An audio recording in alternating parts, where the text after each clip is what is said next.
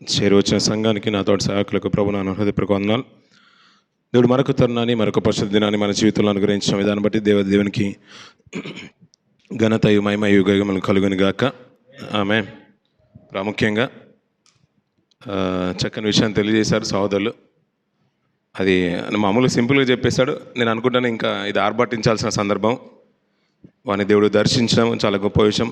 ఎప్పటికీ మీకు ప్రార్థన జీవితము, మీ విశ్వాస జీవితము, మీ తల్లిదండ్రుల ప్రార్థన, సంఘ ప్రార్థన, సేవకుల ప్రార్థన, మీ యొక్క విశ్వాసంలో మీరు గెలుపొందిన విధానం బట్టి దేవుడు ఇచ్చే బహుమానాలు చాలా గొప్పవి. అది నిజంగా అద్భుతం. మరి ఇంచుమించు అంటే ఈ నెక్స్ట్ వీక్లోనే, ఈ వీక్లోనే, అంటే దాని గురించి నేను మామూలుగా చిన్నగా చేస్తారేమో పార్టీ అని అనుకున్నాను. కానీ దేవుడు ఇలాంటి బలమైన కార్యక్రమాలు చేసిన తర్వాత అది చిన్నగా ఉండదేమో, ఇంకా గంభీరంగానే ఉంటుందని నాకు అనిపించింది. Anyway, may God bless you once again. Congratulation పిల్లరా.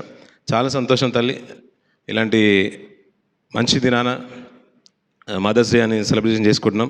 స్త్రీలందరికీ కూడా నా తరపున, సంఘం తరపున మీ అందరికీ కూడా శుభాకాంక్షలు, మదర్స్ డే శుభాశీస్సులు తెలియజేస్తున్నాను.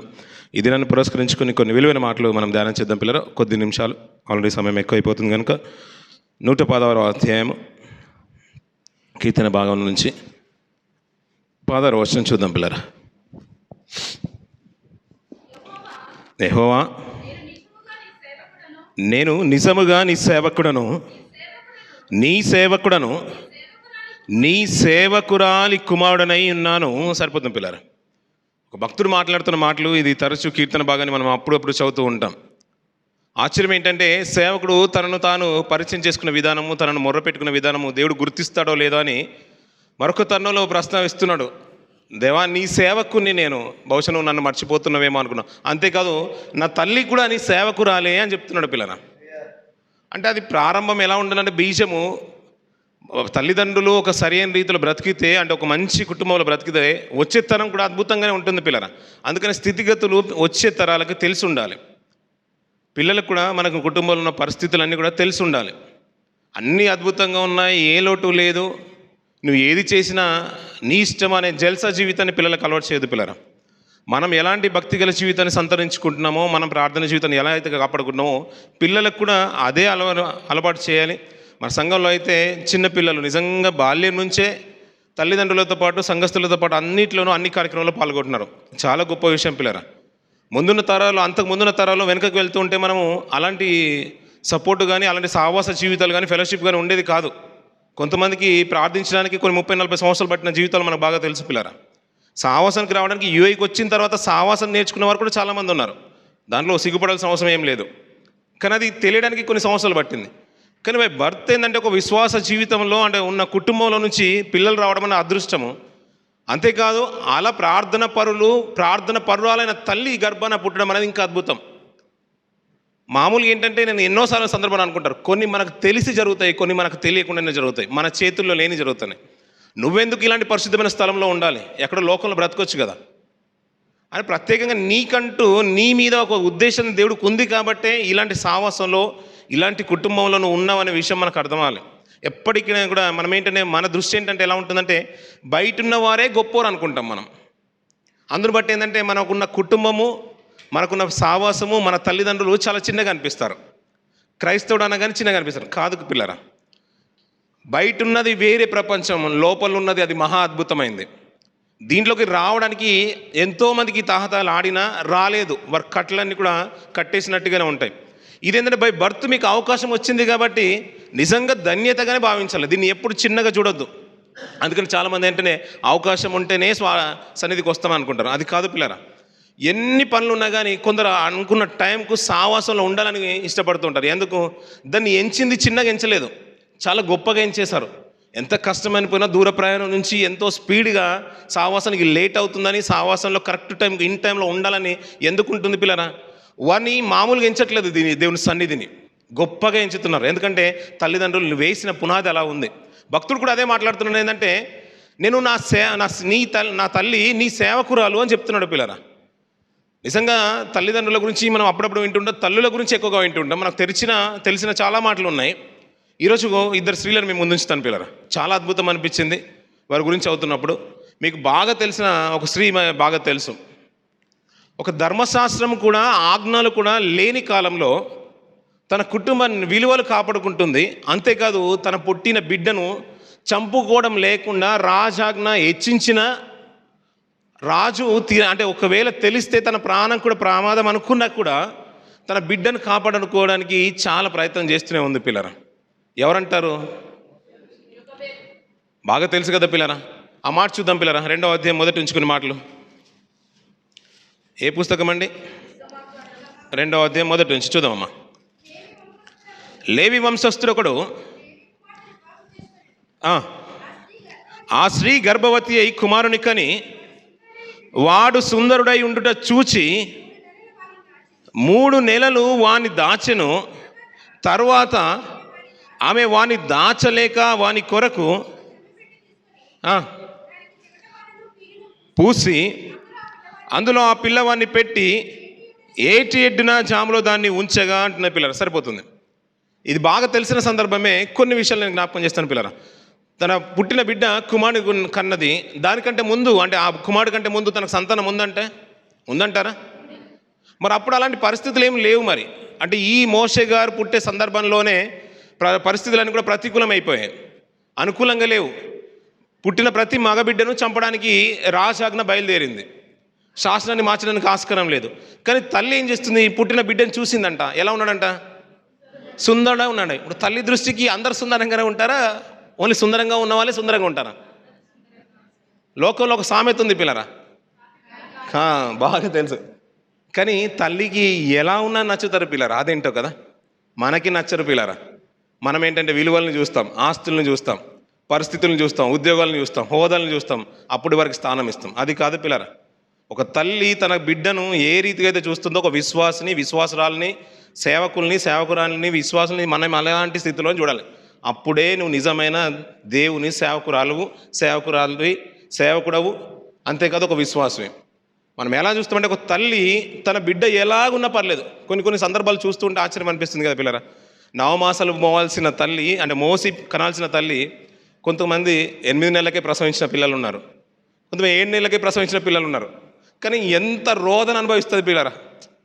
అంటే ఒక బిడ్డ రాబోతుందని ఎంతో ఆశతో ఎదురు చూస్తుంటుంది ఒక కుటుంబం. వారి వెనుక 2 కుటుంబాలు, వారి బంధువులు ఎన్నో కుటుంబాలు. ఇలా ఎదురు చూసిన తరుణంలో ఒక సందర్భంలో ఇలాంటి పరిస్థితి జరుగుతుంటే, మా బంధువుల్లోనే కొన్ని సందర్భాలు జరుగుతున్నప్పుడు నిజంగా ఆ మాట స్మరణ తెచ్చుకున్నా కానీ ప్రతిసారి కళ్ళకు నీళ్ళు వస్తూ ఉంటాయి. ఆశ్చర్యం అనిపించింది, దేవా ఎందుకు ఇలాంటి పరిస్థితులు వస్తుంటాయని. కానీ ఆయన చిత్తంలో ఏముందో మనకు తెలియదు. మన తప్పిదాలు కూడా కొన్ని ఉంటూ ఉంటాయి. కానీ జాగ్రత్తగా కాపాడాల్సిన బాధ్యత ఇద్దరి మీద ఉంటుంది. ఇక్కడ నుంచి మీరు తీసుకునే మాట అయినా, మీ ఆలోచనలైనా, మీ ప్రార్థన జీవితంలో మీ సంభాషణ, మీ కమ్యూనికేషన్ కూడా అన్నీ కూడా దైవికంగా ఉంటేనే నిజంగా మీరు బ్రతికిన దానికంటే మెరుగైన రీతిగా మీ బిడ్డ బ్రతకగలుగుతాడు. ఇది సదా అవకాశం అనుకోండి, గొప్పగా అనుకోండి. పెంచితే అలా పెంచాలని ఇంకొకరు ఎదురు చూసే రీతిగా, ఆశ్చర్యపోయే రీతిగా, మనల్ని ఆదర్శంగా తీసుకునే రీతిగా మీరు అలా పెంచండి పిల్లల్ని. తల్లికి ఉన్న ఒక గొప్ప ఉద్దేశము, ఆయనకు ఉన్న గొప్ప స్థితి ఏంటంటే ఎలా తీర్చిదిద్దాలో తల్లి చేతిలో ఉంటుంది పిల్లలు. అందుకనే మొట్టమొదటి గురువు అన్నారు తల్లిని. అంతేందుకు మీరు థామస్ ఆల్వా ఎడిసన్ కదా, మాకు బాగా తెలుసు కదా. తను స్కూల్లో ఉంటే మీ బిడ్డ చాలా మొద్దు అని, మేము ఈ బిడ్డకి ఏమీ చెప్పలేమని నా పర్సనల్గా టీచర్ ఒక లెటర్ రాసి బిడ్డతోనే పంపించేశాడు తన తల్లికి. చదివిన తర్వాత ఏమమ్మా ఏం రాసిందంటే, నీకు చదువు చెప్పలేకపోతున్నారంట మీ టీచర్సు, ఇక్కడ నుంచి నేను చెప్తాను బిడ్డ అని చెప్పిందంట. ఆశ్చర్యం అనిపించింది. అంటే మీ వాడు సుంట ముద్దు అని ఆ లెటర్లో ఉంటే మనం వెంటనే మన పిల్లల్ని తిట్టేస్తాం. కానీ తన బాధ్యత అంతా కూడా, ఆ రెస్పాన్సిబిలిటీ అంతా కూడా, జీవితకాలం అంతా రెస్పాన్సిబిలిటీ అంతా కూడా తన తల్లి తన భుజస్కంధాల మీద మోసుకుంది. మనకు నవమాసాలు మోసిన తల్లే తెలుస్తుంది. అంతకంటే ఎక్కువగా స్కూల్ నుంచి బిడ్డను గెంటేస్తే ఆ బిడ్డ యొక్క బాధ్యత అంతా కూడా తన భుజస్కంధాల మీద వేసుకొని నేను చెప్తాను రాని తనకు బిడ్డలు 6 నిమిషాలు నూరిపోసింది పిల్లరా. ఎన్నో టెస్టులు పిల్లరా, ఎన్నో పరీక్షలు చేసి ఫెయిల్ అయిపోయి చివరికి నిలబెట్టాడు. ప్రపంచం నేటికి అతని స్మరణ తెచ్చుకుంటున్నాం. ఏం కనిపెట్టి ఉంటాడు అతను ఎన్నో ప్రయత్నాల తర్వాత పిల్లరా. అంటే ఇప్పుడు మామూలుగా స్కూల్లో చదువుకుంటుంటే అతను ఎలా ఉండేవాడు మరి? నిజంగా ఆలోచించండి పిల్లరా. అందుకనే తల్లుల పాత్ర చాలా గొప్పది పిల్లరా. తన సుందరుడు అయిందే చూసిందంట, అంటే బాగున్నాడు కాబట్టి కాపాడుకోవాలనుకుందా, బాగా లేకున్నా కాపాడుకుంటుంది పిల్లరా తల్లి. ఆ బిడ్డను 3 నెలలు దాచిందంట. ఇప్పుడు 3 నెలలు రాజుకు తెలియకుండా, అధికారులకు తెలియకుండా, సైన్యానికి తెలియకుండా, అక్కడ ఉన్న కాపలదారులకు తెలియకుండా ఒక బిడ్డను 3 నెలలు కాపాడడం మామూలు విషయమే అంటారా? కాదు పిల్లరా. కానీ 3 నెలల కంటే కొన్ని సంవత్సరాలు ఒక తల్లి కాపాడింది పిల్లరా. ఆ తల్లి గురించి చూస్తుంటే ఆశ్చర్యం అనిపించింది. ఇంకా చాలా చిన్నగా అనిపించింది నాకు ఈ తల్లి గురించి. సంవత్సరాలు కొన్ని ఇంచుమించు 6 సంవత్సరాలు పిల్లరా. ధర్మశాస్త్రాన్ని లెక్క చేయట్లేదు సమాజంలో. చంపడానికి ప్రయత్నం చేస్తున్నారు. వారే తనను చంపడానికి ప్రయత్నం చేస్తున్నారు. తన బంధువర్గం అంతా కూడా రాజు కుటుంబం నుంచి వచ్చింది. తన తండ్రి రాజే, తన తల్లి రానే, తన బంధువులను నానమ్మ రానే, తన తాతయ్య కూడా రాజే. వారు పరిపూర్ణ కుటుంబం. తల్లి వైపు చూసినా తండ్రి వైపు చూసినా అందరూ రాజ సంసారమే. అందరిది అలాంటి కుటుంబమే. మనం వెకేషన్కి వెళ్తూ ఉంటాం కదా పిల్లలు, సమ్మర్ హాలిడేస్కి పిల్లల్ని పంపిస్తూ ఉంటాం. ఎక్కడికి వెళ్తున్నాం అంటే నానమ్మ దగ్గరికి వెళ్తున్నాను, లేదు అమ్మమ్మ దగ్గర వాళ్ళ ఇంటికి వెళ్తున్నాను అంటారు. ఇలా ఈ రాణి గారు వెళ్తే కనుక ఉన్నన్ని రోజులు ఇక్కడ అంతఃపురంలో ఉండాలి, సెలవు దినాలకు వెళ్తే అక్కడ కూడా అంతఃపురంలో ఉండాలి. తూరు సీదోనే ప్రాంతం నుంచి ఒక రాణి వచ్చింది. ఎవరు పిల్లరా? తూరు సీదోనే ప్రాంతం నుంచి ఒక రాణి వచ్చింది. ఎవరు వచ్చారు? సీదోన ప్రాంతం నుంచి, తూరు సీదోన్ల ప్రాంతం నుంచి మనకు బాగా తెలుసు. సీదోన్ ప్రాంతం అంటే మనకు బాగా తెలుసు కదా. ఎవరు అక్కడ ఎవరుంటారు? ఇశ్రాయేలులో ఒక రాజు రాణిని, తూరు సీదోన పట్టణంలో నుంచి ఒక రాణిని తెచ్చుకున్నాడు. ఎవరల్లో?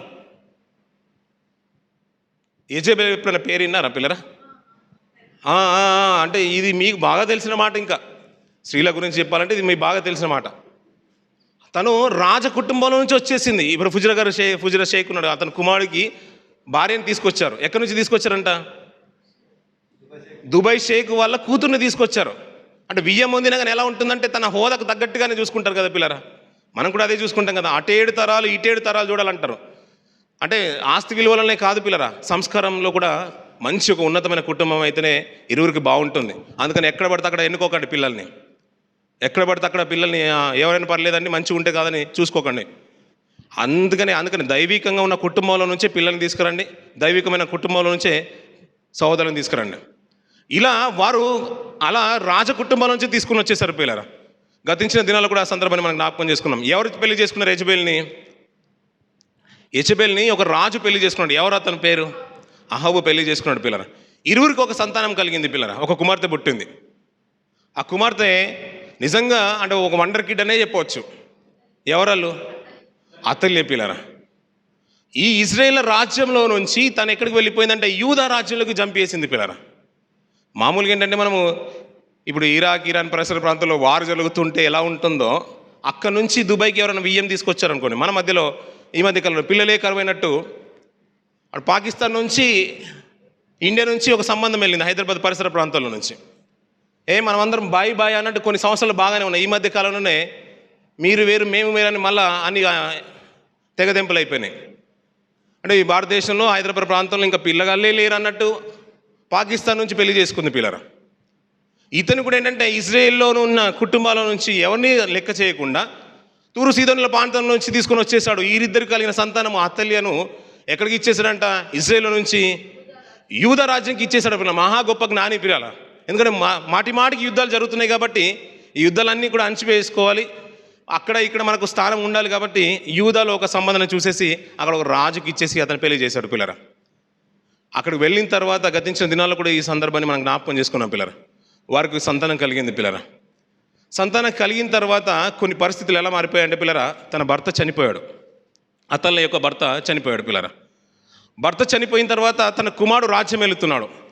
తన కుమారుడు కూడా కొన్ని సంవత్సరాలకు రాజ్యం వెళుతున్న తరుణంలో, యూదా రాజ్యం వెళుతున్న కాలంలో తన కుమారుడు కూడా చనిపోయాడు. తన కుమారుడు చనిపోయాడనే వార్త వినగానే ఈ తల్లి ఏం చేయాలి? తన రాజ్యాన్ని పదిలంగా కాపాడుకోవాలి. తన కుమారుడు తర్వాత తన మనమడికి ఆ స్థానాన్ని ఇవ్వాలి. తను ఏం చేస్తుందో కొన్ని విషయాలు చూద్దాం పిల్లరా. 2వ దినవృత్తాంతాల గ్రంథము 22వ అధ్యాయము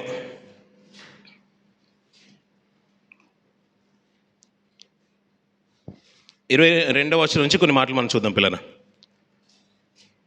22వ అధ్యాయము 2వ దినవృత్తాంతములు 22వ అధ్యాయం 2వ వచనం నుంచి. అహజ్యా అంటే అతలి యొక్క కుమారుడు పిల్లరా. తన తండ్రి చనిపోయిన తర్వాత రాజ్యం వెళ్తున్నాడు. అహజ్యా ఏలన ఆరంభించినప్పుడు 42 ఏళ్ల వాడే యెరూషలేములో ఒక సంవత్సరము ఒమ్రీ కుమార్తె, ఆమె పేరు అతల్య, దుర్మార్గంగా ప్రవర్తించుటకు అతని తల్లి అతనికి నేర్పుచూ వచ్చెను గనుక అతడును అతని సంతతి వారి మార్గంలో యందు నడిచెను. అహాబు సంతతి వారి వల్లనే అతడు యెహోవా దృష్టికి చెడు నడిచెను అంటున్నారు పిల్లరా. తన తల్లి నూరిపోస్తుందంట పిల్లరా. ఇందాక మనం ఒక ఎగ్జాంపుల్ విన్నాం కదా లోకపరంగా. అంటే చెడులో నుంచి మంచి మార్గం నడిపించడానికి ఎన్నో మన విషయాలు మనం వింటూ ఉంటాం పిల్లరా. ఇంకెన్నో అద్భుతమైన గాథలు, మనం యథార్థమైన గాథలు వింటూ ఉంటాం. ఇతను ఏంటంటే చెడునత నడిపించడానికే తన బిడ్డకు నేర్పిస్తూ వస్తుందంట. లోకంలో ఇలా ఉన్నారు కదా, అలా ఉండొద్దు. ధర్మశాస్త్రాన్ని చదువుతున్నారు కదా, ధర్మశాస్త్రాన్ని పాటించొద్దు. బలు అర్పిస్తున్నారు కదా దేవునికి, అది అర్పించొద్దు. నువ్వేంటంటే ఇజ్రాయేల్ ఎలాగైతే బ్రతుకుతున్నారో యూదాలో కూడా అలాగే బ్రతకాలి కాబట్టి తన కుమారుడికి నేర్పిస్తూ వస్తుందంట. చివరికి తన కుమారుడు చనిపోబడ్డాడు పిల్లరా. చనిపోయిన తర్వాత 10వ వచనం నుంచి కొన్ని మాటలు చూడండి పిల్లరా. తన కుమారుడు చనిపోయినప్పుడు విన్నప్పుడు ఆమె లేచి యూదా వారి సంబంధులకు రాజవంశీయులందరినీ హతము చేసెను అంటుంది పిల్లరా. ఆలోచించండి పిల్లరా, ఎందుకు ఈ తల్లిని ముందు పెడుతున్నా అంటే ముందున్న కొన్ని మాటలు మనకు అద్భుతం అనిపిస్తాయి పిల్లరా. తను ఏంటంటే ఇక్కడ నుంచి వచ్చిన వంశం ఏంటంటే ఇజ్రాయేల్లో నుంచి ఒక రాజ కుటుంబంలో నుంచి ఇక్కడికి వచ్చింది. ఇక్కడికి వచ్చిన తర్వాత కూడా రాజుని పెళ్లి చేసుకుంది. రాజు తదనంతరము తన భర్తను కూడా మార్చేసింది. తను చనిపోయబడ్డాడు. చనిపోయిన తర్వాత తన కుమారుని కూడా చెడు నడతనే అలవాటు చేస్తుంది. ఇజ్రాయేల్ ఎలాగైతే బ్రతుకుతున్నారో దేవునికి ఇష్టానుసారంగా కాకుండా లోకానుసారంగా బ్రతుకుతున్నారో అలాగే నువ్వు కూడా బ్రతుకని తన కుమారుడికి నూరు పోస్తూ వచ్చింది. చివరికి తన కుమారుడు చంపబడ్డాడు. తన కుమారుడు చంపబడ్డాడని తెలియగానే రాజకుమారులందరూ కూడా ఈ తల్లి చంపించేస్తుందంట పిల్లరా. నిజంగా తనకున్న ఆలోచన ఏంటంటే ఎవరికో దక్కని భాగ్యము, అంటే ఎవరికి దక్కలేని భాగ్యము నాకు దక్కింది, యూదాలో ఉండడం గొప్ప విశేషమని తను ఇంకా నమ్మకంగా గొప్పగా బ్రతకొచ్చు పిల్లరా. కనుక ఏంటంటే బాల్యం నుంచి తన తల్లి యెజబెలు నేర్పించిన పాటలు తన మనసులో ఉన్నాయి. తను నేర్చుకున్నదంతా కూడా యూదాలో అప్లికేషన్లోకి తీసుకొచ్చినప్పుడు ఏంటంటే తన భర్తను కోల్పోయింది, తన కుమారుని కోల్పోయింది. తనేం చేస్తుందంటే రాజకుమారులందరినీ కూడా చంపించేస్తుందంట. ఇలాంటి తరుణంలో పిల్లరా ఒక స్త్రీ మనకు కనబడుతుంది, నిజంగా యోగ్యురాలు అనిపించింది. ధన్యురాలు అంటారు. తన కుమారులు లేచి ఉదయకాలమే లేచి తన కుమార్తెలు ఆమెను ధన్యురాలు అని సామెతలు చివరి అధ్యాయంలో మనం చూస్తూ ఉంటాం పిల్లరా. అలాంటి ధన్యురాలు ఇక్కడ కనబడుతుంది పిల్లరా. నిజంగా ఆదర్శంగా తీసుకోవాల్సిన ఒక తల్లి. కిందికి చూడండి పిల్లరా. అయితే రాజునకు కుమార్తె అయిన యెహోషాబాతు అహాజ్య కుమారుడైన యోవాషును హతులైన రాజకుమారులో నుండి దొంగిలించి అతని దాదీని ఒక పడకింటిలో ఉంచెను అంటున్న పిల్లరా. ఇక్కడ యెహోషేబ అని ఒక స్త్రీ కనబడుతుంది పిల్లరా. ఎవరికంట ఇతను రాజు యొక్క కూతురు. నిజంగా చెప్పాలంటే అతలికి ఏమవుతుంది, కూతురు వరుస అవుతుంది. కొడుకులందరినీ తన సహోదరులందరూ కూడా అన్నలను తమ్ముళ్ళందరూ కూడా చంపిస్తూ ఉంటుంది. ఈ తల్లి బాధ్యత తీసుకొని అందులో చంపబడిన వారిలో నుంచి ఒక బిడ్డను రక్షించి తనతో పాటు ఒక దాదిని కూడా రక్షించి తను దాచిపెట్టడానికి ప్రయత్నం చేస్తుందంట పిల్లరా. ఇందాక మనం 3 నెలలు దాచిపెట్టిన లేవి యొక్క వంశస్థుడు ఒకడు లేవి యొక్క కుమార్తెలలో ఒక కుమార్తెను పెళ్లి చేసుకున్నాడు. వారి యొక్క తల్లిదండ్రుల పేర్లు ఏమన్నాం, అమ్రాను, యెకోబెదు పిల్లరా. సుందరుడై ఉంటేనే 3 నెలలు దాచింది. బహుశా బాగాలేడు అనుకోండి, దాచుంటుందా దాచుండదా? దాచుంటుంది పిల్లలు. బహుశా 3 నెలల కంటే ఎక్కువనే దాచుండేదేమో బహుశా. తల్లి ప్రేమ అలాంటిది కాబట్టి. అప్పుడప్పుడు మన తల్లుల పేర్లు చెప్తున్నారు, చాలామంది కన్నీళ్ళు పెట్టుకునే వాళ్ళు చాలామంది ఉన్నారు పిల్లరా. ఉన్నారా లేరంటారు పిల్లరా? ఉన్నారు కదా. చాలామంది ఆ మాట చెప్తేనే ఏడ్చేవాళ్ళు చాలామంది ఉన్నారు. మంచిది ప్రియులారా. ఎందుకంటే లోకంలో ఉన్నవారు వాళ్ళని ప్రేమించే బదులు వీళ్ళని ప్రేమించే బదులు మీ కన్న తల్లిదండ్రులు, మీ భార్యలు, మీ పిల్లల్ని మీరే ప్రేమించుకోండి. చాలా అద్భుతంగా ఉంటుంది. ఎందుకంటే దేవుడు ఇచ్చిన ఉన్నతమైన కుటుంబంగా భావించవచ్చు. ఇక్కడ ఏంటంటే తన కుటుంబం వారిని చంపుతూ ఉంటే తన సహోదరి ఒక తల్లి బాధ్యత తీసుకొని అందులో నుంచి ఒక కుమారుని బయటికి తీసుకొచ్చింది, కాచి కాపాడుతుంది. ఎన్ని సంవత్సరాలు కాచి కాపాడిందంటే ఇంచుమించు 6 సంవత్సరాలు కాచిపెట్టిందంట పిల్లరా. 6 సంవత్సరాలు ఒక రాణికి వ్యతిరేకంగా ఆ శాసనం ఏంటంటే అక్కడ ఉన్న పరిసర ప్రాంతంలో వారి బంధువర్గం అందరూ కూడా చంపించేస్తుంది. అలాంటి తరుణంలో ఒక దేవాలయంలో దాచిపెడుతుందంట పిల్లరా. ఎక్కడ దాచిపెడుతుందంట? దేవాలయంలో. ఇంకా దాసి గృహంలో కాదు, ఇంకా లేవీలను అక్కడ చూస్తుంటే లేవి వంశస్థుడు వారి ఐగుప్తు ప్రాంతంలో బానిసత్వంలో ఉన్నారు, అక్కడ కాదంట. ఎక్కడ దాచిపెడుతుందంట? దేవుని మందిరంలో 6 సంవత్సరాలు దాచిపెడుతుందంట పిల్లరా. ఆశ్చర్యం అనిపించింది పిల్లరా. ఇంతగా తెగించేవారు ఉన్నారో పిల్లల కోసం అనిపించింది. అలా దాచిపెడుతున్న తరుణంలో పిల్లరా ఇతను ఎవరు, నిజంగా తను ఎవరంటే రాజు యొక్క కుమార్తెనంట. ఇప్పుడు రాజు యొక్క కుమార్తె ఎవరిని పెళ్లి చేసుకోవాలి? ఇంకొక రాజు యొక్క కుమారుణ్ణి పెళ్లి చేసుకోవాలి. ఇందాక చెప్పుకున్న ఎగ్జాంపుల్ కూడా దుబాయ్ షేక్ వాళ్ళ పిల్లల్ని ఫుజిరా షేక్ వాళ్ళ పిల్లల్ని అబుదాబి షేక్ ఇలా కుండ మార్పిడి సంబంధాలు మనం బాగా చూస్తూ ఉంటాం పిల్లలు. ఎందుకంటే తన స్థాయికి తగ్గట్టుగానే చూసుకుంటారు. కానీ ఇక్కడ ఉన్న ఈమెకున్న క్వాలిఫికేషన్ ఏంటంటే నేను రాజ కుటుంబంలోకి వెళ్ళాలనుకోలేదు పిల్లరా, ఒక యాజకుని కుటుంబంలోకి వెళ్ళాలనుకుంది. అందుకని ఏంటంటే ఎప్పటికి కూడా పిల్లరా రాజు కంటే కూడా యాజకుడే గొప్పోడు. ఎందుకంటే దేవునితో సత్సంబంధాలు కలిగిన వాడు. అందుకని ఎప్పుడెప్పుడైనా కానీ ఎంత పెద్దవారు ఉన్నా కానీ సేవకులకు ఎందుకు అంత ఇంపార్టెన్స్ ఇస్తామంటే వారు ఏ విషయంలో వాళ్ళు ఎలా బ్రతుకుతున్నారో మనకు తెలియదు, మనం దాన్ని చూడాల్సిన అవసరమే లేదు. కానీ దేవుని విషయంలో దేవుని సన్నిధిలో వారు రిప్రజెంటేటివ్గా నిలబడుతున్నారు కాబట్టి అటు భాగ్యానికి వారు అర్హత కలిగి ఉన్నారా లేదా అని మనం పక్కన పెడితే అంతకు తెగించి నిలబడుతున్నారు చూసారు పిల్లలు, అది సాహసం అనుకోవాలి. లోకంలో తన పని చేసుకోవడానికి ఎన్నో అవకాశాలు ఉన్నాయి, తనకి ఇష్టానుసారంగా బ్రతకడానికి అవకాశాలు ఉన్నాయి. కానీ తినకేంటంటే తను పెళ్లి చేసుకోవాలంటే రాజకుమార్తెల్లోనో లేకుంటే మంత్రి కుటుంబంలో నుంచి ఎవరినన్నా పెళ్లి చేసుకోవచ్చు. నేను అలా కాదు, యాజకుని కుటుంబంలోకే వెళ్ళాలనుకుంటుంది. అందుకని ఈ రోజుల్లో చూడండి పిల్లరా, సేవకుల కుటుంబాలకు పిల్లల్ని ఇవ్వడానికి చాలా ఆలోచిస్తూ ఉంటారు. సేవకుల కుటుంబాలకు పిల్లలు ఇవ్వాలనుకుంటే చాలా ఆలోచిస్తారు. అయ్యో అక్కడికి వెళ్తే కష్టం ఉంటుంది, ఉపవాస ప్రార్థనలు అంటారు, సరైన తిండి దొరకదు, బట్టలు నోచుకోవడానికి. ఈ మధ్య కాలంలో పిల్లరా కొన్ని కుటుంబాలు అలా ఉన్నా సేవకుల కుటుంబాలు బ్రతికినంత లగ్జరీగా లోకల్లో ఉన్న రాయల్ ఫ్యామిలీ వారు కూడా బ్రతకట్లేదు. వారు చుట్టూ సెక్యూరిటీ గార్డ్స్ కూడా తిరుగుతున్నారు. ఈ మధ్య కాలంలో అంటే బయటకు వచ్చినప్పుడు షేక్ వాళ్ళ ఫ్యామిలీస్ నుంచి ఎవరైనా వచ్చినా వాళ్ళన్నా సింగిల్గా వస్తున్నారేమో, కానీ పాశ్రమ కూతురు బయటికి రావచ్చినప్పుడు మామూలుగా రావట్లేదు, వాళ్ళు బాడీ గార్డ్స్తోనే వస్తున్నారు. ఇది మీకు బాగా తెలిసిన మాట. ఇలాంటి తరుణంలో పిల్లరా వాళ్ళ ఇళ్ళకు పిల్లలు ఇవ్వడానికి కూడా ఆలోచిస్తూ ఉంటారు. కానీ రాజు యొక్క కుమార్తె ఒక యాజకుడి కుటుంబంలోకి వెళ్ళిపోయింది పిల్లరా. అక్కడ వెళ్ళిన తర్వాత పరిస్థితులు చూడండి పిల్లలు, కొన్ని మాటలు.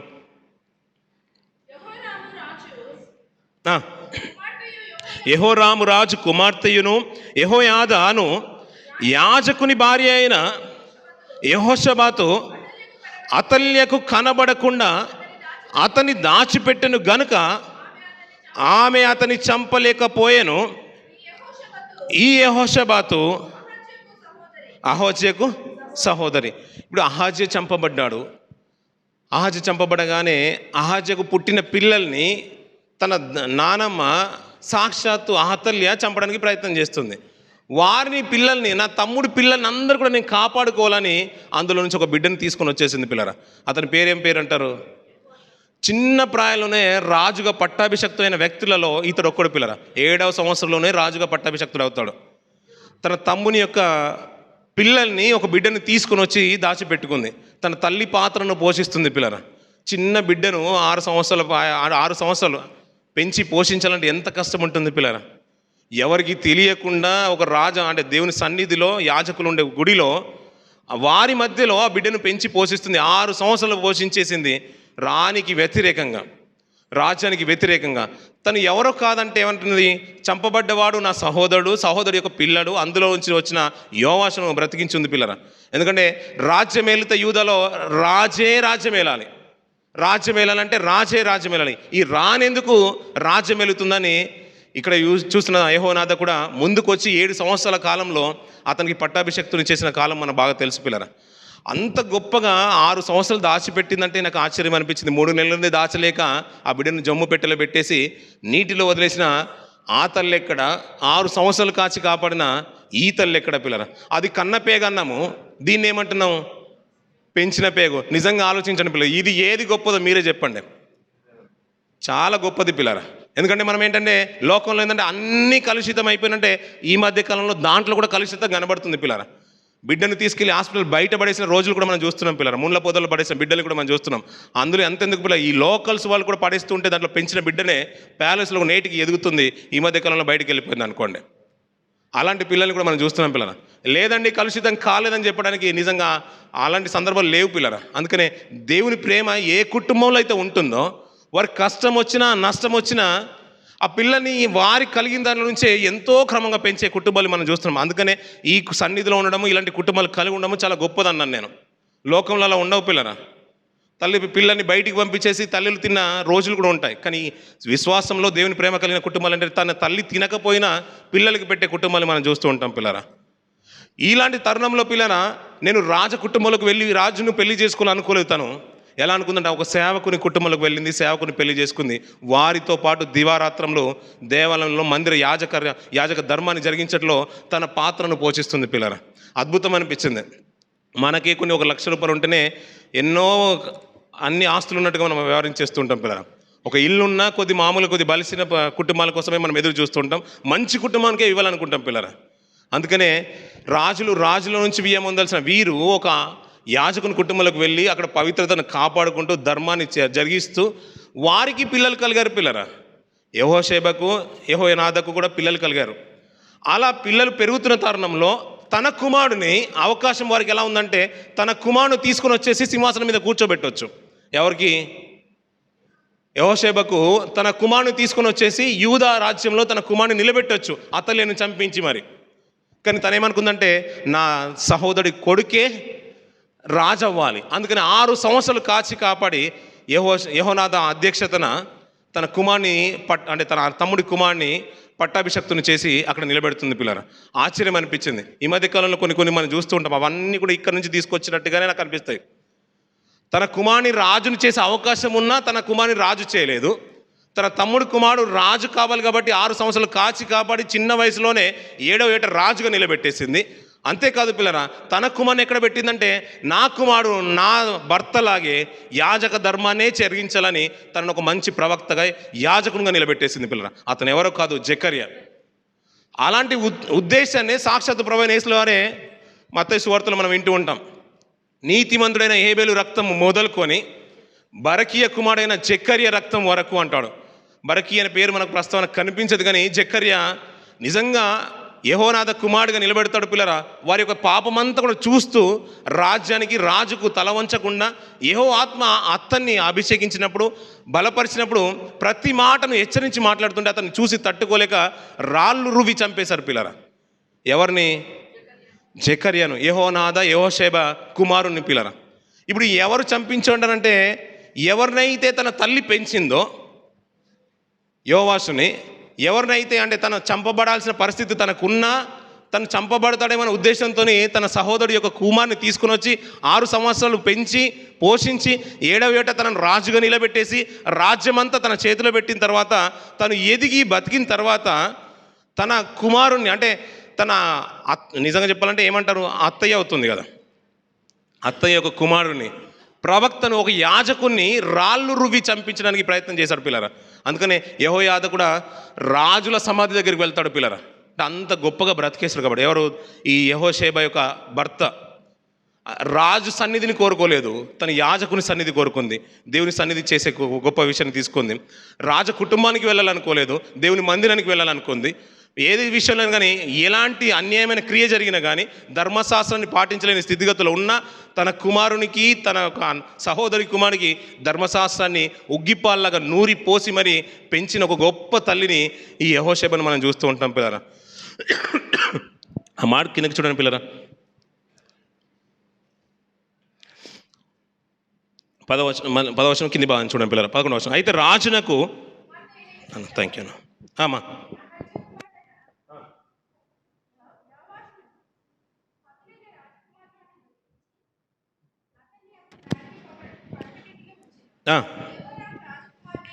రాజకుమార్తెయు యెహోయాదాను యాజకుని భార్య అయిన యెహోషాబాతు అతల్యకు కనబడకుండా అతని దాచిపెట్టెను అంటున్న పిల్లలు. సరిపోతుంది. ఇంకా 24వ అధ్యాయంకి వచ్చండి పిల్లరా. 24వ కొద్దిగా వచ్చండి, ముగించుకుందాం పిల్లలు. 15వ వచనం నుంచి కొన్ని మాటలు మనం చూద్దాం పిల్లరా. యెహోయాదా దినములు గడిచిన తర్వాత వృద్ధుడై చనిపోయాను. ఇప్పుడు యెహోయాదా ఎవరు? యెహోయాదా ఎవరు పిల్లరా? యాజకుడు. తన భార్య పేరు ఏం పేరన్నా? ఈమె పేరైతే మనం మర్చిపోలేం కదా పిల్లరా. ఎందుకంటే అంత గొప్పగా బ్రతికింది తన భర్త ఉన్న కాలంలో. అతను భర్త ఉన్నంత కాలం రాజుకు బుద్ధులు చెప్తూనే ఉన్నాడు. రాజ్యం అంతా కూడా సుస్థిరంగా ఉంది. తన వృద్ధుడై చనిపోయిన తరుణంలో కింది చూడండి పిల్లరా. అతడు చనిపోయినప్పుడు 130 ఏండ్ల వాడు ఇశ్రాయేలు దృష్టికి తన ఇంటి వారి దృష్టికి మంచివాడే ప్రవర్తించను గనుక దావీదు పట్టణమందు రాజుల దగ్గర అతని పాతి పెట్టిరి. యెహోయాదా చనిపోయిన తర్వాత ఆ, ఆ. వారి మాటకు సమ్మతించెను అంటారు పిల్లరా. ఎప్పుడైతే ఒక మంచి యాజకుడు చనిపోతాడో పిల్లరా, పరిస్థితులు, దేశంలో పరిస్థితులు కూడా మారిపోతాయి. అందుకనే రాజులను ఎన్నుకున్నా, నాయకులను ఎన్నుకున్నా అది ఓటు లాంటిది, మంచి ఒక యోగ్యతమైన లాంటిది. ఒక బిడ్డను తీసుకెళ్ళి ఒక అల్లుడి చేతిలో పెట్టినట్టుగా మనమందరం కూడా అధికారాన్ని తీసుకొని ఎవరి పడితే చేతిలో వాడి చేతిలో పెట్టాల్సిన అవసరం లేదు. ఎలక్షన్లు చాలా ఉన్నాయి కాబట్టి జాగ్రత్తగా ఆలోచించి మనందరికీ ఫోన్ చేసి చెప్పండి, మంచి నాయకులు ఎన్నుకోమని చెప్పండి పిల్లరా. ఎందుకంటే ఒకరు మనం పాలించాలనుకున్నా కానీ యోగ్యులు కావాలి, అంతే కదా పిల్లరా. అయ్య చేతిలో పెట్టేసి నా బిడ్డ బాధ్యత అంతా కూడా నీదయ్యా అని మనం ఎలాగైతే చెప్తున్నారో మన తల్లిదండ్రులు కానీ మన బంధువులు కానీ, అయ్యా ఈ దేశమంతా రాష్ట్రమంతా నీదయ్యా అని చెప్పడానికి అతడు యోగ్యుడై ఉండాలి, దేవుని దృష్టికి నిజంగా అర్హత కలిగిన వాడై ఉండాలి. అతను చనిపోయిన తర్వాత, యెహోయాదా చనిపోయిన తర్వాత రాజు పెద్దల మాటకు నమస్కరించేసి ఇక బలులు అర్పించడానికి, అన్ని దేవతలు తీసుకోవడానికి ఆస్కరించాడు. ఇది తప్పు అని యెహోయాదా, యెహోషబేబాత్ ఉంటుంది, అలాగే యెహోషబాతుకునని 2 పేర్లు ఉంటాయి తనకు. తన కుమారుడైన జెకర్యా గద్దించినప్పుడు కింది భాగానంతా కూడా మనం చూస్తుండే పిల్లలు, అతను రాళ్ళు రువి చంపిన సందర్భం. కిందికి కొన్ని మాటలు మనం చూడండి పిల్లరా. ఆ మాటలోనే చివరి మాటలు 22వ వచనం చూడండి. ఈ ప్రకారము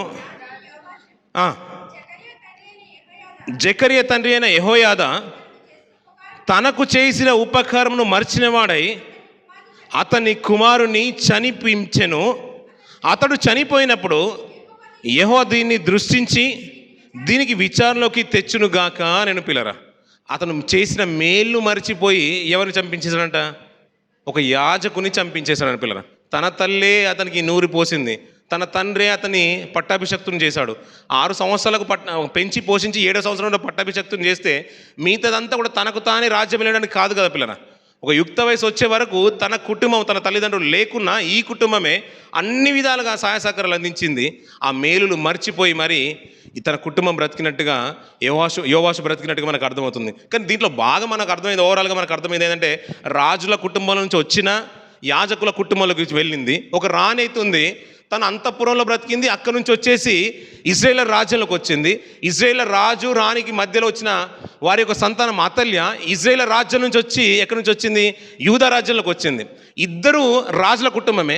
అక్కడ రాజసత్వమే, అంతఃపురమే, ఇక్కడ అంతఃపురము రాజరిక భోగమే.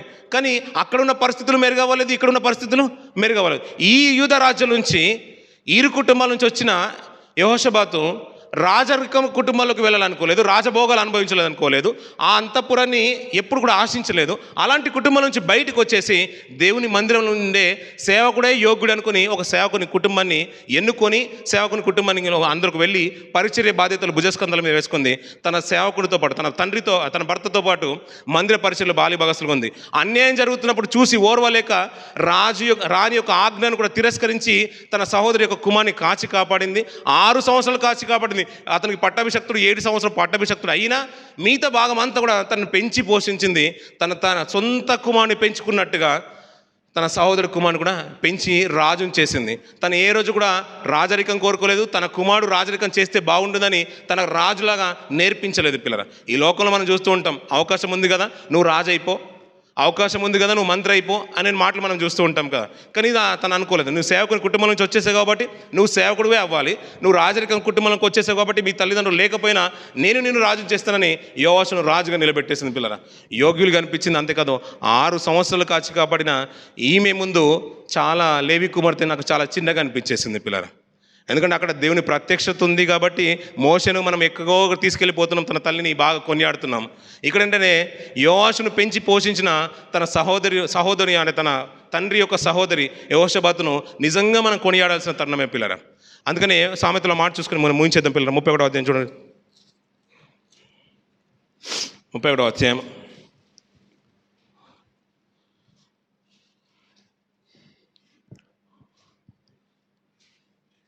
28వ వచనం చూడండి పిల్లరా. ఆమె కుమారులు లేచి ఆమెను ధన్యురాలు అందరూ. చాలామంది కుమార్తెలు ప్రతివత ధర్మంను అనుసరించి ఉన్నారు, కానీ వారందరినీ నువ్వు మించిన దానివని ఆమె పెనిమిటి ఆమెను పొగుడును అంటున్న పిల్లరా. నిజంగా ఆశ్చర్యం అనిపించింది పిల్లరా. తన భర్త అదే అనుకుండొచ్చు, నువ్వు వెళ్ళాలనుకుంటే రాజరిక కుటుంబంలోకి రాజును పెళ్లి చేసుకోవచ్చు, అది కాదని ఒక సేవకునైనా నన్ను యాజకునైనా నన్ను పెళ్లి చేసుకుని నా కుటుంబంకి వచ్చేసావు, నిజంగా నువ్వు ధన్యురాలు అని తన కుమారుడు కూడా మాటి మాటికి అంటావు. అమ్మ మీ ఫ్యామిలీ, మన అప్పుడప్పుడు పెద్దలను అడుగుతుంటారు కదా, మీ అమ్మగారు ఎలా చూస్తారు నేను, మీ ఏ కుటుంబం నుంచి వచ్చేసావు, నువ్వు ఎంతవరకు చదువుకున్నావు, మీ ఫ్యామిలీ బ్యాక్గ్రౌండ్ ఏంటని అలా ఇద్దరు తల్లిదండ్రులు ఇద్దరు ఉన్నప్పుడు అడుగుతూ ఉంటారు. మా అమ్మ ఇలా చేసింది, మా నాన్న ఇలా చేశారంటే మమ్మీ నువ్వు చాలా గ్రేట్ మమ్మీ అని పిల్లలు అని అనుకోండి చాలా గొప్పగా అనిపిస్తుంది కదా, చాలా ఆశ్చర్యం అనిపిస్తుంది. నా భర్త పొగడకపోయినా నువ్వైనా పొగడేసావని తను అనుకుంటూ ఉంటుంది. అందుకని మాటి మాటికి ఈ రోజుల నుంచి పిల్లరా, ఎందుకంటే ఇందాక మనం ఎప్పుడైనా మదర్స్ డే రోజు తల్లి గర్భంలో నుంచి ఇలా రావడం గొప్ప విషయము, ఇది గొప్ప విషయం కాదు. ఆ బాధ తెలియకుండా, నవమాసాలు మోసిన బాధ తెలియకుండా భర్త జీవితకాలం అంతా కూడా సుఖాన్ని ఇవ్వాల్సిన బాధ్యత భర్త మీద ఉంది. ఈ విషయాలన్నీ కూడా మనం పరిగణలో ఉంటే భార్య మీద ఒక మాట అనడానికి 10 సార్లు ఆలోచిస్తూ ఉంటాం. కొంతమంది ఏంటంటే ఏదో అనడానికే పుట్టినట్టుగా అధికారం అంతా మాకే ఉంది, ప్రపంచాన్ని శాసించేది మేమే అన్నట్టుగా భార్యని చిన్న చూపు చూడడము, కోపంగా చూడడము ఇలాంటి మానేయండి పిల్లరా. అది క్రైస్తవులకు మాత్రం తగింది మాత్రం కానే కాదు. ఒక మాట చూసుకొని ముగించేద్దాం పిల్లరా. లూకాసు వార్త, ఒక తల్లి కొనియాడబడుతున్న తల్లిని చివరి మాటగా చూసుకుందాం. ఆ మాట చూసుకుంటేనే దీనికి మూలమైన మాట. లూకాసు వార్త 28వ వచనం, 7వ అధ్యాయం 28వ వచనం. స్త్రీలు కనిన వారిలో యోహాను కంటే గొప్పవాడు ఎవడును లేడు అన్న పిల్లలు. ఈ మాట ఎవరు మాట్లాడుతున్న మాట? స్త్రీలు కనిన వాళ్ళలో యోహాను కంటే గొప్పవాడు లేరంట పిల్లలు. ఈ మాట ఎవరు చెప్తున్నారు? సాక్షాత్తు ప్రభువైన యేసు వారే చెప్తున్నారు. యోహాను కన్న తల్లి ఎవరు? ఆయన తండ్రి ఎవరు? జకర్యా గారు. యోహాను గారిని తన తల్లి కన్న తర్వాత తన వృద్ధాప్యమందు గర్భం ధరించింది పిల్లరా. స్త్రీలు కనిన వారిలో తనకంటే గొప్పవాడు లేడు అంటే ఇప్పుడు సాక్షాత్తు ప్రభువైన యేసు వారు నిజంగా స్త్రీలు కన్న వాళ్ళకు లెక్కించలేము, ఎందుకంటే కన్యక గర్భం ధరించిందన్న విషయం మనం బాగా తెలుసు పిల్లరా. వారి కలలిక ద్వారా పుట్టినవాడు యోహాను గారు. అతను ఎలా మాట్లాడుతున్నాడంటే యోహాను వంటి వాడు ఈ లోకంలో భూమి మీద ఎవరు లేనే లేరంటున్నారు పిల్లలు. అంత గొప్పవాన్ని సాక్షాత్తు స్త్రీలు ఏమంటున్నారంట, స్త్రీలందరూ తన కుమారులందరూ ఆ స్త్రీని పొగుడతారంట. ఎలా పొగుడతారంట? నువ్వు ధన్యురాలు అంటారంట పిల్లలు. సాక్షాత్తు ప్రభు చేతనే ధన్యురాలు అనిపించుకుంటుంది. ఎవరు? ఎలిజబెత్ పిల్లరా. వృద్ధాప్యంలో నాకు పిల్లలు వస్తారో లేరని ఎంతో ఎదురు చూసిన కుటుంబం పిల్లరా. మరి మామూలుగా చేయట్లేదు వారి సేవా పరిచర్య. జకర్యా ఎలిజబెతులు ఎలా బ్రతుకుతున్నారంటే నిరీక్షణకు ఆధారము వారి వయసులో అయిపోయింది పిల్లరా. అయినా నమ్మకంగా బ్రతుకుతున్నారు పిల్లరా. దేవుడు దర్శించినా కానీ దేవుడు వచ్చాడా లేదా, దేవుని దూత కాదని జకర్యా నమ్మలేని పరిస్థితిలో ఉన్నాడు. అందుకని అతడు మౌనంగా ఉన్నాడు. కొన్ని రోజులు మౌని అయిపోయాడు, నమ్మలేదు కాబట్టి. అలాంటి తరుణంలో దేవుడు వారిని దర్శించేసి వృద్ధాప్యంలో పిల్లరా ఒక బిడ్డను పెంచి పోసింది. అతడు కూడా మామూలు వ్యక్తి కాదు పిల్లరా. దేవుని కొరకు ప్రత్యేకంగా పెంచేశారు. నాజరు చేయబడిన వ్యక్తి, అతని మీద ఏ భారం కూడా మోపలేదంట పిల్లలు. అంత గొప్ప బ్రతుకుతున్న తల్లికి నిజంగా తల్లిదండ్రుల పాత్ర బాగా ఉంటుంది కాబట్టే యోహాను అలా ఎదిగిపోయాడని అంటాను పిల్లలు. ఒకవేళ వారు కనుక భారం కనుక పెట్టుంటే యోహాను పరిస్థితులన్నీ కూడా వేరేగా ఉన్నాయి. సాక్షాత్తు ప్రభువే అంటున్నాడు, నువ్వు మోసిన గర్భము నిజంగా నీ తల్లి ధన్యురాలు, ఎందుకంటే అంత గొప్పోడు లోకంలో లేడు అంటున్నాడు. ప్రభువైన యేసు వారు పొగిడిన తల్లి కూడా ఉంది, అది మనకు బాగా తెలిసిన విషయమే కదా, అది బాగా తెలిసిన విషయం. కానీ ఎలిజబెతును నిజంగా ధన్యుడు అంట. నీ మోసిన నీ గర్భము నిన్ను కన్న తల్లి చాలా గొప్పది అంటున్నాడు పిల్లరా. అప్పుడప్పుడు మనం ఇంటికి వెళ్తూ ఉంటాం పిల్లరా. ఇప్పుడు పండుగకి వెళ్ళినా కానీ ఏదైనా ఫంక్షన్కి వెళ్ళినప్పుడు చిన్న పిల్లలు ఉన్నారు, ఎండలో నా పిల్లల్ని తీసుకుని వెళ్ళాం కాబట్టి పక్కింటి వాళ్ళకి అప్పచెప్పి వెళ్తారు. నేను వెకేషన్కి వెళ్తున్నాను, ఎమర్జెన్సీ వెళ్తున్నానండి, నా భార్యని మీ పిల్లల్ని చూసుకుండా నీ సహోదరుల కుటుంబాలకి తెలిసిన వాళ్ళకి చెప్తూ వెళ్తున్నాం, లేదంటే పక్కన ఫ్లాట్ వరకు చెప్పేసి వెళ్తాం. మనం స్కూల్కి వెళ్తున్నాము లేకుంటే జాబ్కి వెళ్తున్నాము, ఇంట్లో ఎవరు లేరు, పిల్లల్ని తీసుకుని వెళ్ళి కాస్త పక్కింట్లో విడిచిపెట్టి వెళ్ళిపోతాం. నేను వచ్చే వరకు కొద్దిగా జాగ్రత్తగా చూసుకున్నాను. ఆ బాబు అల్లరి చేస్తున్నాడు అనుకోండి, ఏదైనా తప్పు చేశాడు అనుకోండి, కొడతారా వాళ్ళ ఇంట్లో వాళ్ళు? లేదు. తప్పు చేసినా ఒక మాట అనడానికి కూడా ఆశ్చర్యపడుతూనే ఉంటారు. ఎందుకంటే వద్దండి, పక్కింటి పిల్లల్ని వాళ్ళని జాగ్రత్తగా అప్పచెప్పాలి, లేనిపోని బాధలు ఎందుకు, ఏమైనా అదంతా కూడా మన మీదకి వస్తుంది అనుకుంటారు. ఎందుకు? ఈ పిల్లలు ఎవరు పిల్లలంట? పక్కింటి పిల్లల. మనము అందరం కూడా దేవుని పిల్లలం అంటాం కదా పిల్లరా. ఆ దేవుని పిల్లల్ని కాస్త దేవుడు ఏంటంటే ఆ ప్రేమను, తన యొక్క స్వరూపాన్ని, తన యొక్క ఆశను, తన ఆలోచనను, తన యొక్క నిరీక్షణను మన చేతుల్లో పెడుతున్నాడు, మన కుటుంబాల చేతుల్లో పెడుతున్నాడు. అయ్యా నేను కనాలనుకున్నాను, నేను కనాలనుకుంటే నేను భార్యని చేయించుకోవాలనుకోలేదు, నాకు పిల్లలుంటే చాలు, వారి గర్భాలను నా పిల్లలు పెడతాను, నా ఆలోచనలను కూడా వారి కుటుంబంలో నేను సఫలం చేస్తాను, నా కొరకు మీరు పెంచితే చాలు అనుకున్నాడు పిల్లరా దేవుడు. అందుకని మన కుటుంబంలో పిల్లలు వస్తున్నారంటే దేవుని యొక్క సంకల్పంలో దేవుడు మన దృష్టి చూస్తున్నాడు అనే విషయం మనకు బాగా తెలివి ఉండాలి. ఇప్పుడు పక్కింటి పిల్లల్ని ఎలాగైతే జాగ్రత్తగా అప్పచెప్తారో, ఇది దేవుని పిల్లలు దేవుని కొరకే ప్రత్యేకంగా పెంచాలన్న ఆలోచన కలిగిన వారు చాలా అరుదుగా కనబడుతుంటారు. ఇటు నా కొడుకు నేను కన్నానంటారు. ఆ మాటలు మనం వింటూ ఉంటాం కదా పిల్లరా. చాలా ఆశ్చర్యం అనిపిస్తుంది. పక్కింటి పిల్లలే వీళ్ళు వాళ్ళ పిల్లలు అనుకున్నప్పుడు, ఇది దేవుని పిల్లలు అన్నప్పుడు మరి దేవుని కొరకు ఇంకెంత ప్రత్యేకంగా పెంచాలి. ఆ విషయంలో ప్రత్యేకంగా నిలబడిన వాళ్ళు ఎలిజబెత్ పిల్లరా.